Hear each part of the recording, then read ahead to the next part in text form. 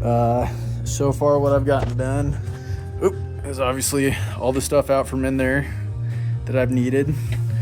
I still need to remove the CV axles. Some other videos where people disconnect the lower ball joint and leave the strut attached to the hub assembly and then move it to the side, which I might put this back together and then just disconnect it that way, or I might just take off the strut entirely, but you will most likely need an alignment after you do that, so I'm planning on getting an alignment after this anyway. So I still need to take off the driver's side and passenger side CV axles. Just got the calipers hung up to the side. On the bottom, we'll go down here and I'll just show you some quick things that might make it a little easier. So basically, I have the starter just hooked up by that one big cable. It's still attached there, so I think I'm just gonna end up leaving it hanging off while I drop the transmission. So these two bolts are for the slave cylinder. I just have the little piston tied back. I'm not replacing that while I'm doing my clutch, but I'm doing my clutch, rear main seal, then obviously throttle bearing and flywheel. So I still plan on draining my oil, which is down here, and then I'm going to drain the diff fluid from this bolt or this nut. I think it's a 23 mil, but I'm probably going to use a crescent wrench. And then the fill plug is up here. I think it's about 3 quarts of 75 W90 gear oil. So then the starter was kind of a pain. This front bolt, there's a bracket that goes on over and around it. So you undo this front bolt. When the starter's on here, you can't see the back bolts, so you got to do it by feel, but they're both 12 mil. Then there's a couple other brackets and a bunch of this wiring that just needs to get like what I did is unhooked all this shit, these stupid little clips from the backside, and then I unbolted the brackets. This bracket I'm gonna leave. The other brackets could stay, but there's pretty much one bracket up here, one bracket over the starter, the bracket that's still there, and that's about it. So this is just day one. I've been working on this for a couple hours, so day two, I need to get some other parts. What I need to get is like a engine or a motor bracket thing, so I can just chain the motor mounts to a brace, because in order to do this, you got to take off the I should have showed you when I was down there, but there's a lower engine mount. I'm pretty sure this engine mount stays on, but then this one you take off as well. So your engine will be free hanging, and then you drop the transmission. So still need to get that engine brace. And then for these guys, if you can see them, these are some one sec.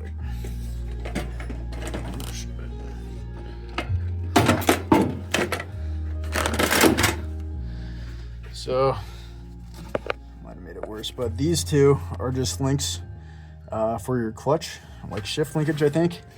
So there's just like a little pry bar you can get for these guys to pop these off. So I'm just gonna get that tool tomorrow so I don't end up breaking anything. And then there's actually this bracket comes off as well, and then there's another little wire harness that goes down right next to the engine mount down there. Anyway, yeah, I'll make another. All right, what's up, guys? Quick update. This is day number 2 doing the clutch, Mazda 3 2.3 liter. Okay, so got the transmission out. Some other videos, they leave that like engine mount, or they take that off, but I was able to get this out of the engine bay through the bottom with that still attached.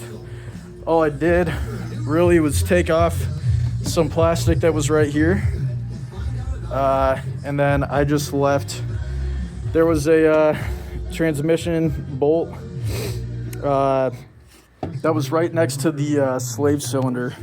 So there's, I'll get a better angle. There's one, it was this one right here. I left that attached, so that way, that was the last bolt. So then I got this low pro jack, jacked it up underneath the transmission, and then I ratchet strapped it right around here to the jack, and then I was able to get a screwdriver right in between the transmission and the engine to pop it off, and then just lower it down with this. It took some wiggling, and I think to get it back in, I might take that off just to make it easier, because it does start hitting. So anyway, also went and got this from Harbor Freight, just like an engine mount bar or brace bar. Just one chain on this mount, other on that mount. You're definitely gonna need something to hold the engine up when you're doing this. So the shit's a mess, but anyway. So the clutch plate, pretty easy to take off, or the pressure plate. Then my clutch plate, took that off already. Now I'm taking off the flywheel, so I'm doing that too. So basically just getting like a cheater bar. Put my phone down to prop it up. It turned the video off. So basically I'm gonna show you the same trick that I just started using again, but it's gonna be in like reverse procedure, I guess. Kind of see it. So right now I have a torque wrench. The flywheel bolts are supposed to get torqued up to 80. So I'm doing it in 3 steps. We're doing 25, 60, and then 80. Currently, I just did 60. I'm gonna go back and hit 60 one more time, but also I'm gonna show you the trick that I used. So let's spin this over, because you want one of these pins. So you can pry it against the socket. I don't know if you can see it too well, but the flathead goes against this little pin, and then it gets butted up behind the socket, so then you can actually torque down on it without the fucking thing spinning on you. I'm sure there's another way to do this, but this is the way that I figured out. So we're just gonna go skip every other one.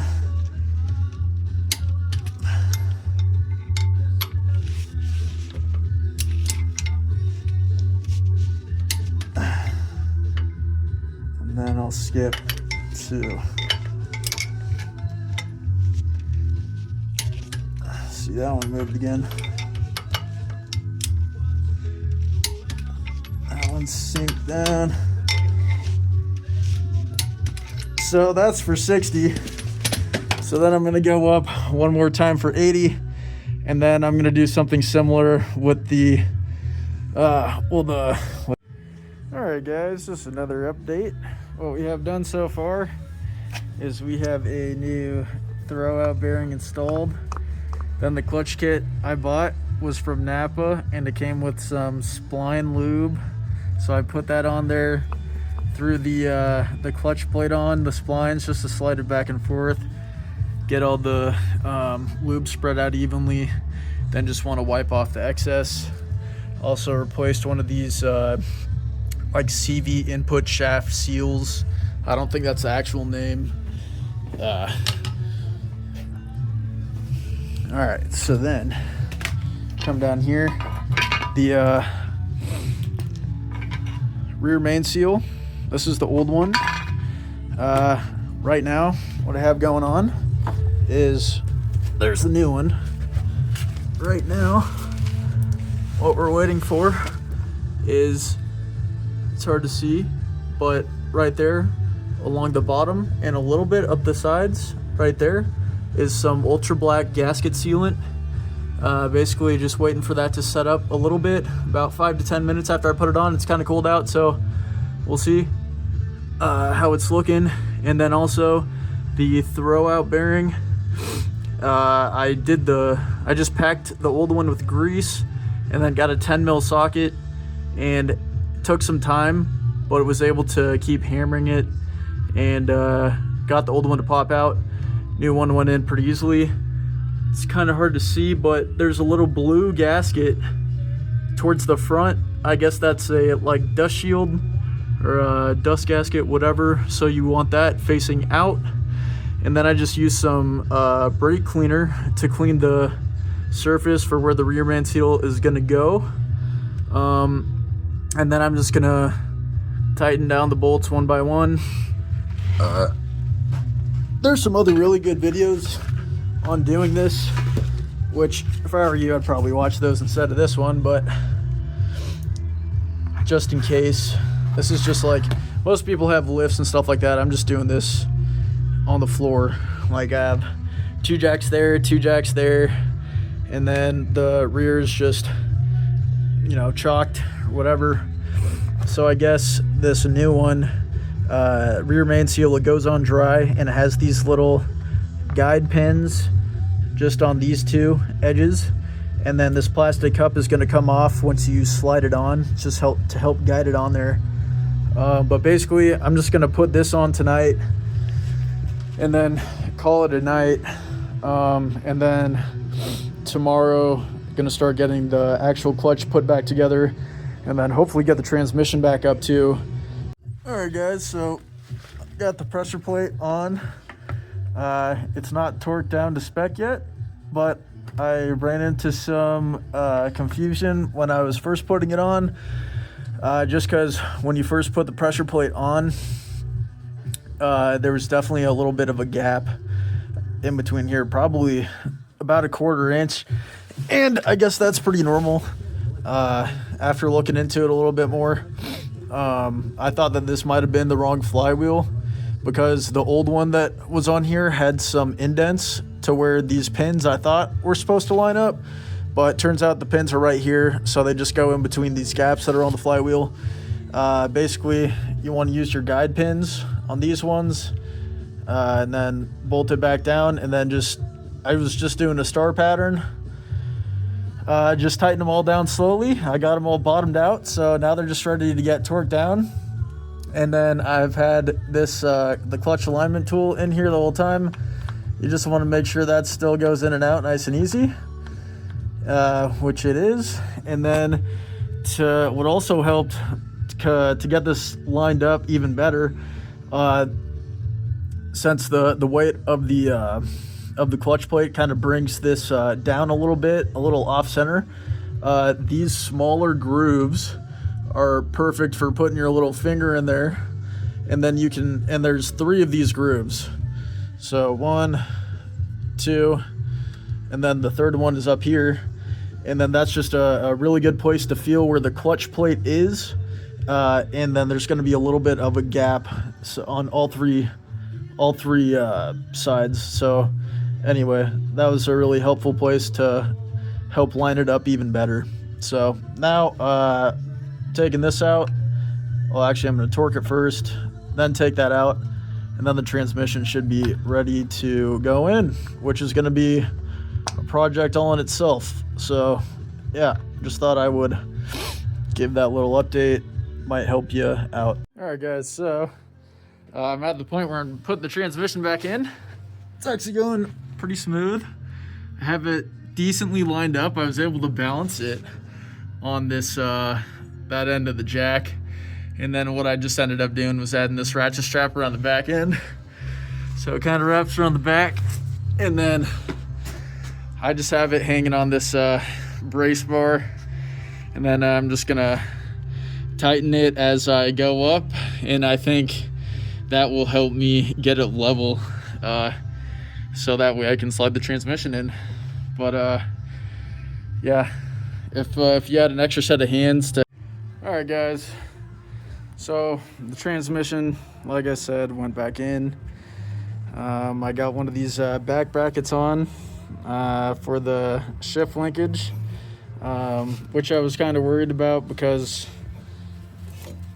this lever thing actually moves back and forth, so I was worried that I don't know, my car would be in the wrong gear or something. But when you adjust those the linkage itself, it will actually shift the knob inside the car, put it to the right gear, which mine should be in neutral. Looks like it's in 4th, but whatever. I don't want to press the clutch down yet because I still have the slave cylinder all taped up. Haven't installed that back yet. But anyway, after the transmission was back in here, I put this, I guess the engine mount bracket, or the transmission mount bracket. I just installed it while it was still hanging. And then I went ahead and put this engine or transmission mount back in the engine bay. And after getting it all bolted down on the sides, I needed the jack again to jack the back end of the transmission up. Then I just had to push it over a little bit to line this bolt up. But I mean, honestly, it lined up pretty dang easy after doing that. So basically, everything else is just going to be a reverse process. Just hooking everything back up. I still need to get the engine. All right, guys. Well, I got everything put back together. And cleaning up the garage. But anyway, this is the moment of truth. I haven't started it yet. Today is my last day that I have to work on this thing. So if it doesn't work, I'm kind of screwed. We'll see how it goes though. See, the clutch is super squishy, which I think I still need to bleed the slave cylinder. Okay.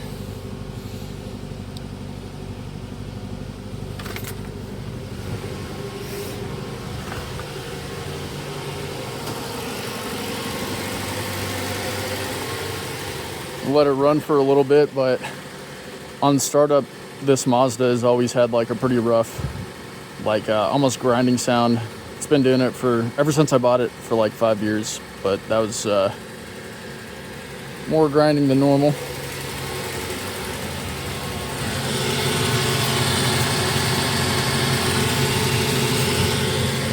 Forgot how low this thing sits.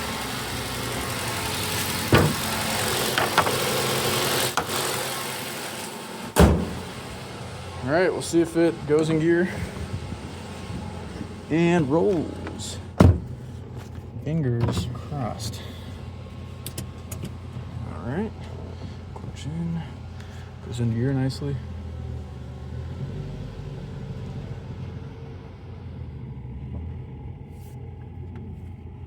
All right, well, she rolls. Reverse works.